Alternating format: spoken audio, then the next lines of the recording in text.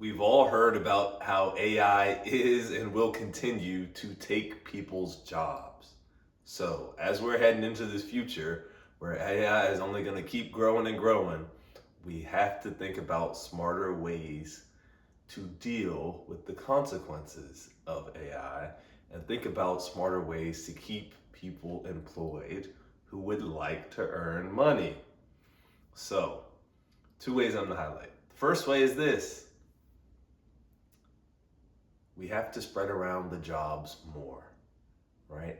Whereas one person we may have working 40 hours a week, maybe we can split that into two people working 20 hours a week.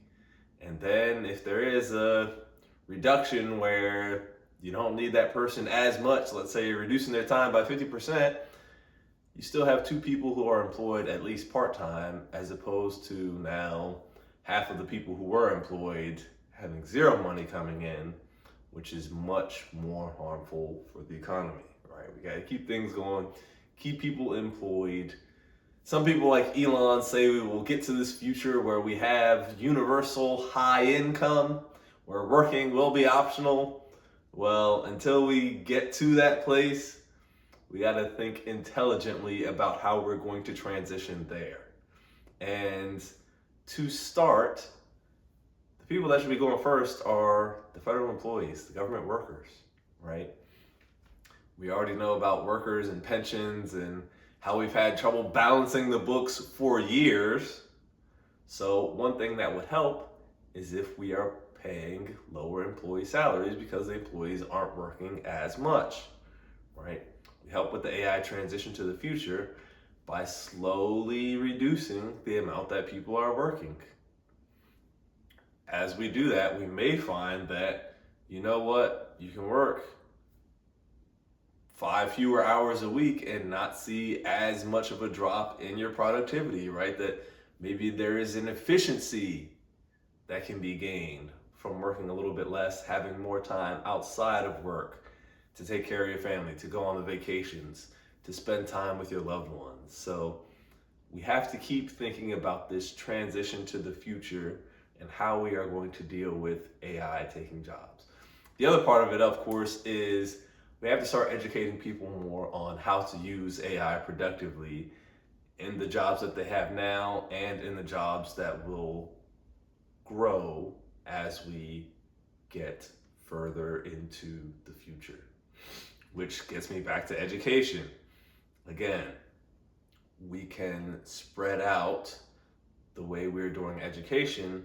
Instead of having everyone out of school in the summer, we can have the school still going with just a reduced capacity. Like, instead of 100% of the students going to school for 9 months and leaving out the summer, maybe we have 75% of the students going for 9 months each. And then that kind of rotates. Some students off in the summer, some fall, some off in the winter, some off in the spring. That would lead to reduced class size. We could hire more teachers, right? Adjust this system so that we have more demand for teachers. More demand for teachers is more jobs. The jobs are already in the local communities because schools are already distributed across the country in local communities. It's not just some states or some cities getting rich, right? Enough to go around. And with the greater demand for teachers, one, they can still get a break. They can still do their 9 months. Doesn't have to be going full year round, even though the schools are open full year round. And the greater demand for teachers can lead to higher wages, more demand, more money to entice people to meet that demand. So it can actually be a way to get our kids better educated, smaller class sizes, more teachers, teachers still having breaks. We don't have the kids out of school all at the same time, running the streets, getting into trouble. More AI education so that the kids are in a better place when they get out of school, because we want them to keep learning and be prepared for life after school. The point of school is not just to get them to keep going to more and more and more and more school. And when they do work, they can have a better work-life balance because the need for work has gone down because they can use AI to help do some of the work for them, right? But we have to embrace this. We can't keep running away from it. We can't keep hiding from it. And we do have to do things to start to adjust to the future that AI is creating in front of our eyes. It starts with sharing the wealth, starts with less work. With that, I hope you take care. I wish you well, and I love you.